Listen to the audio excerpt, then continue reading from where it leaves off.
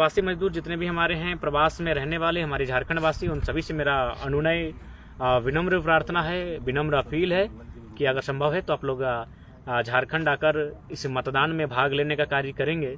चूँकि माहौल भी है और गांव में चर्चा भी है कि बहुत सारे युवा झारखंड आ भी रहे हैं। वो होली, दीपावली, ईद, करम, सोहराय इत्यादि पर्व त्यौहार के अवसर पर भी नहीं आ पाते थे, लेकिन सुन रहे हैं कि जब से इस आंदोलन का असर हुआ है और नई भावी पीढ़ी पर वे कहीं ना कहीं उम्मीद जता रहे हैं। और प्रवासी बंधुगण लोकसभा चुनाव में और विधानसभा में तो खैर अभी समय है, तो लोकसभा चुनाव में अपना वोट करने के लिए आ रहे हैं। ये हमारे लिए गौरव का विषय है, ये हमारे लिए गर्व का विषय है और हमारे लिए सकारात्मक विषय है। तो आप सभी का आभार। और पुनः रिपीट करेंगे, जितने भी हमारे प्रवासी बंधुगण हैं, अभिभावक हैं, मित्र, हित, कुटुंबजन हैं, अगर संभव है तो आप कृपया करके लोग अपना जहाँ भी आपका क्षेत्र है वहाँ आने का कष्ट करें। संजय दा, अच्छी बात है। दारादा, हमारा क्या होगा नहीं होगा, जीत हार, चलिए आप अपना ध्यान दें, बेहतर होगी, आपसे आग्रह है। और भीमसेन दास सऊदी अरब से जुड़े हैं। और जहाँ तक अकाउंट का सवाल है, अकाउंट नंबर हमारे सोशल मीडिया प्लेटफॉर्म के माध्यम से डाल दिया गया है, QR कोड भी डाल दिया गया है। और जो भी चूँकि जाहिर सी बात है चुनाव में खर्च हैं, हालांकि लोग इलीगल खर्च करते हैं, वोटर्स को खरीदने कार्य करते हैं, उन चीज़ों पर हम लोग व्यस्त नहीं होंगे। लेकिन जो लीगल खर्च हैं, जैसे बैनर, पोस्टर तथा अन्य जो खर्च हैं, उनको तो वहन करना होगा। और इसके लिए तमाम जितने भी हमारे शुभचिंतक हैं, उनसे प्रार्थना होगी कि जो QR कोड जारी किया गया है उसमें 10, 20, 50, 100, 500 जो भी सहयोग बनता है, आप कृपया सहयोग, आर्थिक सहयोग करेंगे ताकि लोकसभा को हम लोग मजबूती के साथ लड़ सकें। तो पुनः दोहराना चाहेंगे, 13 तारीख को शायद हमारा लोकसभा चुनाव सिंहभूम में वोटिंग है और वहाँ श्रीमान दामोदर सिंह हासदा जी प्रत्याशी हैं। और हम चाहेंगे कि कृपया करके आप उन्हें भारी मतों से विजय बनाएं। और बिल्कुल दिनेश दा, सत्य है कि वोट छूटना नहीं चाहिए और हम लोग प्रयास करेंगे।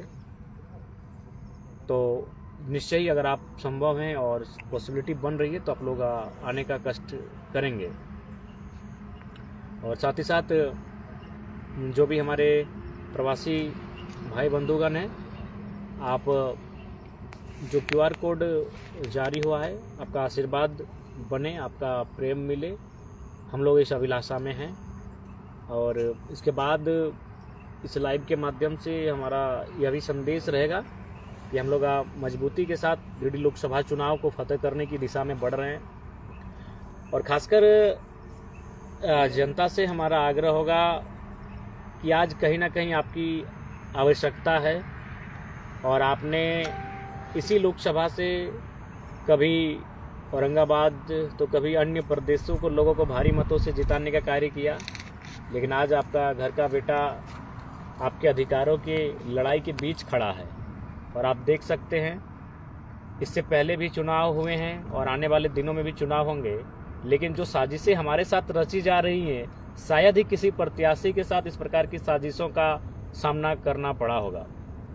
केस मुकदमे तो अलग विषय हैं, लेकिन आपको जानकारी मिला होगा कि हमारे नाम से भी 2-3 प्रत्याशियों ने पर्चा खरीदा था, बाकायदा भरा भी था, लेकिन शायद रिजेक्शन हो गया, कुछ त्रुटि।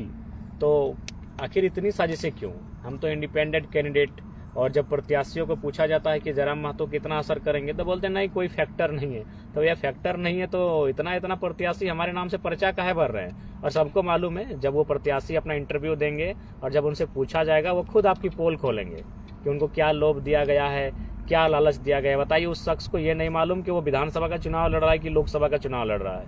उसको ये भी नहीं मालूम कि वो किसी पार्टी से लड़ रहा है कि इंडिपेंडेंट लड़ रहा है। तो कहीं ना कहीं जो धोखेधड़ी और जो साजिशें रची जा रही हैं, उनको इस बात का डर है कि अगर हम लोग राजनीति में आ जाएंगे तो कहीं ना कहीं जो पुराना ओल्ड पॉलिटिक्स का पैटर्न है, ये जनता को गुमराह करके रखना, जनता को धोखे में रख के वोट लेना और फाइनली अपने परिवार को उन्नति के रास्ते पर लेकर जाना, अपने आने वाली 10 पीढ़ी के लिए धन जमा करना, इन व्यवस्थाओं पर रोक तो लगेगी। चुनाव इसलिए होते हैं कि वर्तमान की बात हो, चुनाव इसलिए होता है कि पूरे देश, पूरे राज्य के भविष्य की बात हो। लेकिन यहाँ तो नेता लोग अपने भविष्य की बात करते हैं, केवल अपने बच्चों की भविष्य की बात करते हैं और किसी से छुपा नहीं है।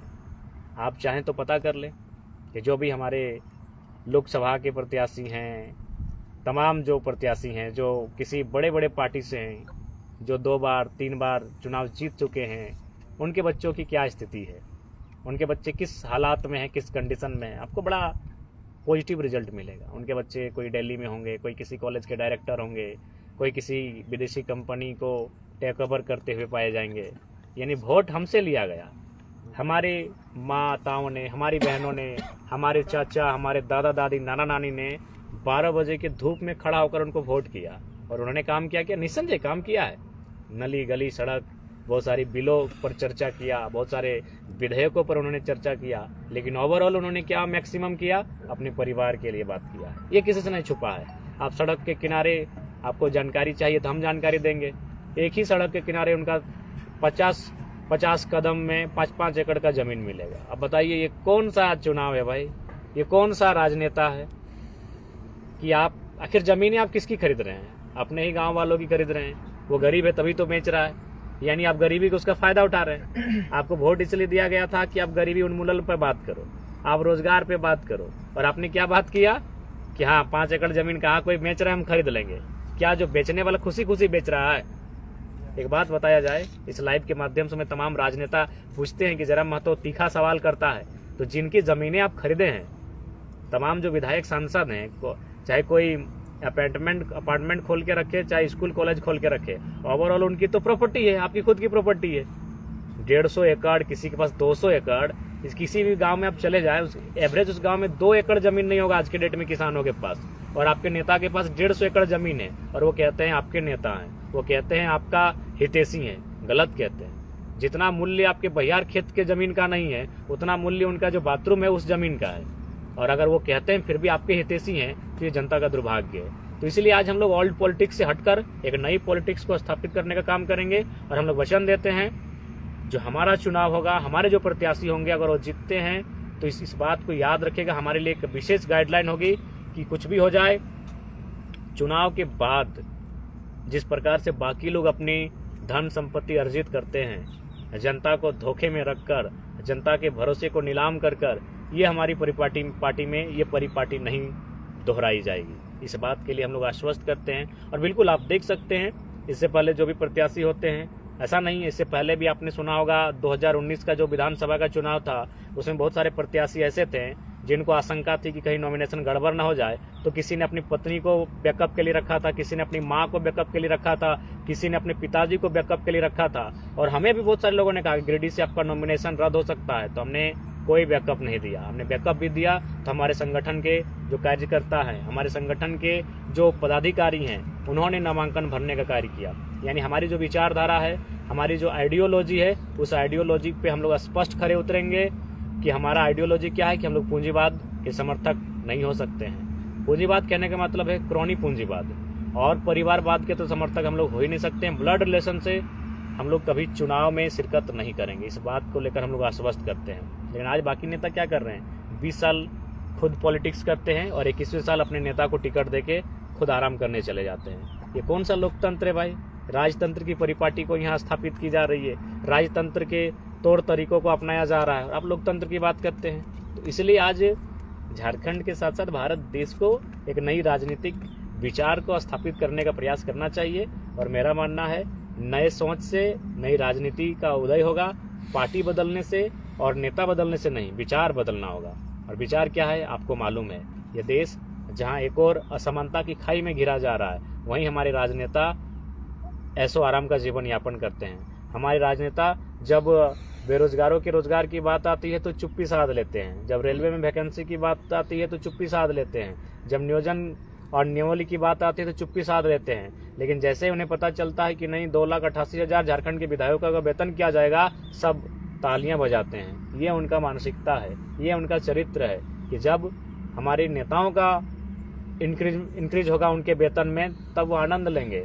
लेकिन जब स्टूडेंट का मुद्दा आएगा, मौन साध लेते हैं। 2-4 लोग हैं जो स्टूडेंट के साथ खड़े होते हैं, उनको नमस्कार करते हैं। लेकिन मैक्सिमम लोग आज जो पॉलिटिक्स कर रहे हैं, उस पॉलिटिक्स का आधार उनका परिवार है, ये किसी से छुपा नहीं है। चाहे सांसद की बात रहे, विधायक की बात रहे या प्रत्याशी, आप देख सकते हैं कि उनके परिवार कोई सांसद है तो उनकी अर्धांगिनी विधायक है, तो उनका बेटा विधायक की तैयारी में है, तो उनका कोई बेटा फलाना कॉलेज को देख रहा है, दूसरा बेटा दूसरे कॉलेज को देख रहा है। तो आज अगर हम लोगों से इसीलिए आज आखिर लोग हमसे भयभीत क्यों हैं? हम तो अभी मुखिया के चुनाव नहीं जीते हैं और हमारे साथ इतनी साजिशें अभी क्यों हो रही हैं? इतने भयभीत लोग होने क्यों लगे हैं? तो कारण यही है कि हम लोग एक नई आइडियोलॉजी के साथ पॉलिटिक्स करने जा रहे हैं। इस पॉलिटिक्स में अगर हम लोग कामयाब हो जाएंगे तो निस्संदेह एक नया भूचाल आएगा, एक नई विचारधारा का सृजन होगा। तो ऐसा नहीं है कि कामयाब होंगे नहीं होंगे तो उसके डर से हम मैदान में कदम ही ना रखें। ये सबको मालूम है, जिन्होंने जन्म लिया है उनको मरना होगा, तो इसका मतलब ये थोड़ी है कि मरने के डर से वो जीना छोड़ देंगे, मरने के डर से वो खेलना कूदना पढ़ना लिखना नौकरी करना खाना घूमना फिरना छोड़ देंगे। सबको मालूम है एक दिन मौत सबको आएगी। तो ठीक उसी प्रकार हम लोग एक नई विचारधारा की पॉलिटिक्स को स्थापित करना चाहते हैं, एक नई आइडियोलॉजी को परिभाषित करना चाहते हैं। अब उसमें सफलता कितनी मिलेगी नहीं मिलेगी ये हमारा संघर्ष तय करेगा, ये हमारा मेहनत तय करेगा। लेकिन हम पीछे क्यों हटे?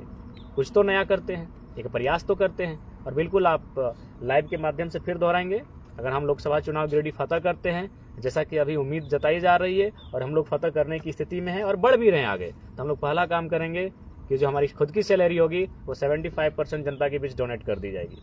क्योंकि नई सोच से नया भारत बनेगा, नई सोच से नया झारखंड बनेगा। आज देख सकते हैं ईडी किसी मंत्री के घर छापा मारती है तो सीधे करोड़ों रुपए में बरामद होती है। बताइए, जिस देश की जनता भूखी हो, जिस देश की जनता इलाज के अभाव में दम तोड़ देती हो, उस देश के अगर नेता मंत्री कई करोड़ रुपए अपने तिजोरी में भर के रखेंगे और आप उनसे अपेक्षा करेंगे नए भारत का, नए झारखंड का, तो ये अशोभनीय है। इसीलिए नए यूथ को पॉलिटिक्स में आना चाहिए और नए विचारों के साथ पॉलिटिक्स में आना चाहिए। एक ऐसे विचार जो सामाजिक न्याय को परिभाषित करते हों, ऐसे विचार जो समाजवादी सोच को परिभाषित करते हों, ऐसे विचार जो समता को परिभाषित करते हैं, यानी सबको अवसर मिलना चाहिए। और मैं पुनः कहूँगा, हम लोग एक न्यू पॉलिटिक्स को आधारित करने आए हैं, स्थापित करने आए हैं, परिभाषित करने आए हैं। सफलता हमारा संघर्ष सफलता को तय करेगी और उम्मीद करते हैं कि आप इस संघर्ष के साथ हमारे साथ खड़े होंगे। और कहीं ना कहीं आज जिस प्रकार से हम लोग को सताया जा रहा है, जिस प्रकार से हम लोग को साजिशों का सामना करना पड़ रहा है, तो ऐसी परिस्थिति में आपके आशीर्वाद का अभिलाषी हैं हम। आपके आशीर्वाद पर हमारा हक बनता है। आप आने वाली पीढ़ी अगर कभी मुखर होकर बोलेगी तो आज आपका समर्थन करेंगे तभी बोल पाएगी। अगर आज युवाओं को, जो युवा आंदोलन के गर्भ से निकल कर आए हैं पॉलिटिक्स में, अगर उनको सहयोग ना मिल पाएगा तो फिर भविष्य में कौन छात्रों के लिए बात करेगा, कौन पेपर लीक पर आवाज बुलंद होकर बात करेगा, कौन सीजीएल परीक्षा पर बात करेगा, कौन जसस की परीक्षा पर बात करेगा? वे परीक्षाओं पर तभी बात कर पाएंगे जब उनका मनोबल बढ़ेगा। तो उनका अगर मनोबल बढ़ाना है तो चुनाव की राजनीति में, इलेक्टोरल पॉलिटिक्स में वे कदम बढ़ा चुके हैं। इलेक्टोरल पॉलिटिक्स में उनका स्वागत कीजिए, उनको प्रेम दीजिए, उनको समर्थन दीजिए और अच्छे मतों से उनको विजय बनावें, ताकि वो सदन में जो बातें वो सड़क में करते थे, सड़क में जिन आंदोलन की बातों को करते थे, सड़क पर जिन नीतियों की चर्चा करते थे, उन नीतियों की चर्चा वो सदन में करें, उन बातों को वो सदन तक लेकर जाए, तभी उनका मनोबल बढ़ेगा। तो आज राज्य की जनता को कहीं ना कहीं, खासकर जो आज आंदोलन से उभरे हुए युवा जो प्रत्याशी बनकर आए हैं, अच्छे वोट के साथ विजय बनावें और उनको हौसला भी देने का काम करें, ताकि भविष्य में जब आपके बच्चों के भविष्य की बात आएगी तो कोई खुलकर बोलेगा, बिल्कुल खुलकर बोलेगा। आप ही बताइए, आज जो भी प्रत्याशी जिन विधानसभा में आए हैं, एक आध होंगे, मैं बार बार कह रहा हूं कि सब लोग एक जैसे नहीं है, 10% 15% ऐसे लोग होंगे जो छात्रों के साथ खड़े हुए होंगे, लेकिन मैक्सिमम उनसे पूछिएगा, जब 27 लाख में पेपर लीक की बात आई, जब एसआईटी का गठन हुआ, उससे पहले उनका क्या स्टेटमेंट था? अगर उनका स्टेटमेंट होता, यदि वो एक्टिव रहते हैं, तो छात्रों को, 15 नौजवानों को केस नहीं खाना पड़ता। हमारे बीच महेंद्र दा बैठे हैं, रांची गए थे, बेहोश होकर गिर पड़े थे। बताइए, छात्रों को क्यों केस खाना पड़ता? छात्रों को क्यों प्रशासन की लाठियों का मार झेलना पड़ता? अगर हमारे नेता, चूंकि नेताओं का काम क्या है, अरे भाई आपको तो हमने इसीलिए चुनकर भेजा है कि आप हमारे भविष्य की बात करेंगे। हमारा भविष्य मतलब क्या? जो यूथ है, यूथ होते हैं भविष्य, किसी भी परिवार का भविष्य वहाँ के युवा होते हैं। तो युवा का भविष्य क्या होता है? उसकी पढ़ाई लिखाई पे आप बात कीजिए। और पढ़ाई लिखाई से क्या होता है? परीक्षा होती है। परीक्षा पास करके वो किसी नौकरी में कदम रखता है, किसी नौकरी को हासिल करता है। लेकिन परीक्षा कैंसिल कर दी जाती है और आप कुछ बोलते ही नहीं है, तो फिर आप किस मुंह से वोट मांगने आ रहे हैं? जिस मुंह से आपको बोलना चाहिए था सदन में खड़ा होकर कि छात्रों के साथ अन्याय हुआ है, छात्रों के साथ गलत हुआ है, छात्रों के भविष्य के साथ खिलवाड़ हो रहा है, उस मुंह में आप कुछ बोल नहीं पाते हैं। और आज उस मुंह से अगर आप वोट मांगते हैं और उसी बच्चों के माता पिता का वोट कर देते हैं तो ये तो बड़ा दुर्भाग्यपूर्ण होगा। इसलिए आज तमाम अभिभावकों से भी हम कहेंगे कि ये नेता मंत्री जो आज प्रत्याशी बन के आए हैं लोकसभा में, ये उस दिन कहाँ थे जब सीजीएल की परीक्षा लीक हुई थी? क्या स्टेटमेंट था? यदि इनका स्टेटमेंट है तो वोट दीजिए, यदि ये परीक्षाओं के साथ खड़े होते हैं तो इनको वोट दीजिए, यदि छात्रों के साथ खड़े होते हैं तो इनको वोट दीजिए, मना नहीं करेंगे। लेकिन हाँ, एक बार स्टेटमेंट मांगिएगा, एक बार हिसाब मांगिएगा कि किस प्रेस में आपका स्टेटमेंट था, किस यूट्यूब चैनल में आपका स्टेटमेंट था, किस मीडिया में आपका स्टेटमेंट था। हम लोग सुनना चाहते हैं, बिल्कुल सुनिएगा। क्योंकि जो नेता आपके बच्चों के भविष्य की चिंता ना करे, आप उनकी चिंता क्यों करेंगे भाई? आप एक तरह से वोट देके इन नेताओं की जो पॉलिटिक्स है केवल उनके परिवार को मजबूत बना रहे हैं। राज्य कितना मजबूत किया ये आपको भी मालूम है, क्योंकि जैसे जैसे में हम लोग का ग्राफ बढ़ रहा है, हम लोग IAS IPS के साथ बैठ रहे हैं। और फिलहाल कल ही हम एक बेहतर IAS के साथ बैठे थे, उन्होंने स्पष्ट कहा कि आपके नेताओं का विजन नहीं है। इनका विजन क्या है? नली गली सड़क, पानी की टंकी, यही इनका विजन है। 5 सालों का 10 सालों का कोई रोड मैप नहीं इनके पास कोई रोड मैप नहीं होने के कारण आज आपका राज्य पिछड़ रहा है। ये IAS IPS की जुबानी है, जो ईमानदारी के साथ इस राज्य में कार्य कर रहे हैं। वह जो हमसे मिले तो उन्होंने कहा कि बिल्कुल आप लोग आए हैं, यूथ लोग पॉलिटिक्स में बहुत अच्छा लग रहा है, आप लोग पॉलिटिक्स में आए क्योंकि आप लोगों के पास विजन है। तो इसलिए हम तमाम लोगों से यही कहेंगे, जो अभिभावक हैं आज आप जिनके पीछे नारा लगा रहे हैं, जिनका झंडा ढोने का कार्य कर रहे हैं, उनसे इस बात का जिक्र जरूर कीजिएगा जब परीक्षा, क्योंकि परीक्षा हम बार बार परीक्षा का जिक्र कर रहे हैं क्योंकि आपको भी मालूम है कि आप मुर्गी चेंगना बेच के बच्चों को पढ़ा रहे हैं, इसलिए हम परीक्षा का जिक्र कर रहे हैं। आपको भी मालूम है कि आधे अपने खुद भूखा रह के बच्चों को पढ़ा रहे हैं, बच्चों को खाना खिला के स्कूल भेज रहे हैं, इसलिए हम बार बार परीक्षा की बात कर रहे हैं। क्योंकि सबको मालूम है यही परीक्षा हमारे भविष्य को तय करेगी, यही परीक्षा हमें गरीबी के दलदल से बाहर लेके जाएगी। बाकी हमारे दादा, हमारे चाचा, सभी लोग मेहनत करते हैं, मेहनत करने में कोई कसर नहीं है। 12 की जगह 18 ईंट भी माथे में लेके 18 तल्ला में भी जाएंगे ना तो वही हाजिरी, वही मजदूरी मिलेगी। यानी हमारा भविष्य, और हम अगर गरीबी के दलदल से अगर बाहर आएंगे तो कहीं ना कहीं हमारे घर की किसी बहन को, किसी भाई को उस परीक्षा से पार पाना होगा, जो परीक्षा उसके तकदीर का फैसला करेगी। और आज ये नेता उस परीक्षा पे बात नहीं करना चाहते हैं। उस परीक्षा का पेपर लीक हो जाता है, ये चुप हो जाते हैं। उस परीक्षा के पेपर लीक में 27 लाख रुपया सामने आता है कि एक पेपर को खरीदने में 27 लाख का खर्च हुआ था, ये चुप हो जाते हैं। और किस उम्मीद के साथ ही आप इनको वोट देंगे, किस उम्मीद के साथ ही आपका वोट मांग रहे हैं, ये तो अचरज की बात है, ये तो बड़ा आश्चर्य की बात है। इसलिए आप सभी से आग्रह होगी कि अब छोड़िए दिल्ली में क्या होता है नहीं होता है, झारखंड में जो आपके बच्चों के भविष्य के साथ खड़े हैं, जो आपके बच्चों के भविष्य के लिए सड़क से लेकर सदन तक आंदोलन करने के लिए तैयार हैं, केस मुकदमा झेलने के लिए तैयार हैं, आप उनको कम से कम इस बार हौसला दीजिए। आज परीक्षा का मामला हो, जब जब पेपर लीक हुआ है छात्र सड़कों पे आए हैं। आज दर्जनों छात्रों पर केस मुकदमा, FIR हुआ है, लाठीचार्ज हुआ है, रबड़ गोला दागा गया है, आंसू गैस दागा गया है, बिल्कुल मैंने क्रूरतापूर्वक लाठीचार्ज किया गया है, किसी का सर, किसी का कपार फोड़ा गया है। क्यों? आखिर वो किसके लिए लड़ रहे हैं? झारखंड के भविष्य के लिए लड़ रहे हैं। तो आज तो कम से कम उनका मनोबल आपको बढ़ाना होगा। आप जिनको वोट दे रहे हैं उनसे और छात्रों से तुलना करें कि छात्रों का विजन कैसा है और उनका विजन क्या है। आप पता कीजिए, देख रहे हैं ED का छापा पड़ रहा है, क्या हो रहा है। हाँ, मानते हैं ED एक पक्षीय कार्रवाई कर रही है, लेकिन फिर भी गलत तो है ना भाई। जिनके पास छापा पड़ रहा है वे लोग करोड़ रुपए उनके घर से निकल रहा है। अगर वो पैसा इन्वेस्ट होता रोजगार के मामलों में, वो पैसा इन्वेस्ट किया जाता एजुकेशन के मामलों में, उन पैसे को छोटे छोटे उद्योगों में इन्वेस्ट किया जाता, या फिर राज्य सरकार एक नई बेहतर पॉलिसी के माध्यम से उन पैसों को कहीं इन्वेस्ट करती, उन पैसों से कोई बेहतर कार्य करती, तो वो जनता के लाभ के लिए आता। तो उनका विजन क्या है ये आपको स्पष्ट दिख रहा है। इसलिए आप सभी से आग्रह होगी कि लोकसभा चुनाव में जो भी हमारे प्रत्याशी हैं उनको समर्थन करें। इस लोकसभा के चुनाव में हम लोग आपके समर्थन के अभिलाषी हैं। आज अगर आप हम लोग को मजबूत करेंगे, हिम्मत देंगे, तो निश्चय ही भविष्य में जो मुद्दे होंगे उनके साथ हम लोग डट के खड़े होंगे, डट के लड़ेंगे, और अभी तक लड़ ही रहे हैं। इसलिए आज तमाम अभिभावकों से हमारा आग्रह होगा कि आप जिनका झंडा ढोने का कार्य कर रहे हैं, जिनका नारा लगा रहे हैं, वो आपके बच्चों के भविष्य के बारे में नहीं सोचते हैं। अतः आप खुदगर्ज ना बने, आपसे आग्रह होगी खुददार बने और ऐसे नेताओं से दूर रहें जो आपके बच्चों के भविष्य के बारे में नहीं सोचते हैं, जो केवल अपने बच्चों के भविष्य के बारे में सोचते हैं। देख सकते हैं कोई 3 बार, कोई 4 बार से मैंने MLA MP बन के बैठा है, लेकिन क्या उनके घर का ग्रोथ देखिए, और बाकी झारखंड का जो उनका असेंबली या कंस्टिट्यूएंसी है वहाँ का ग्रोथ देखिए।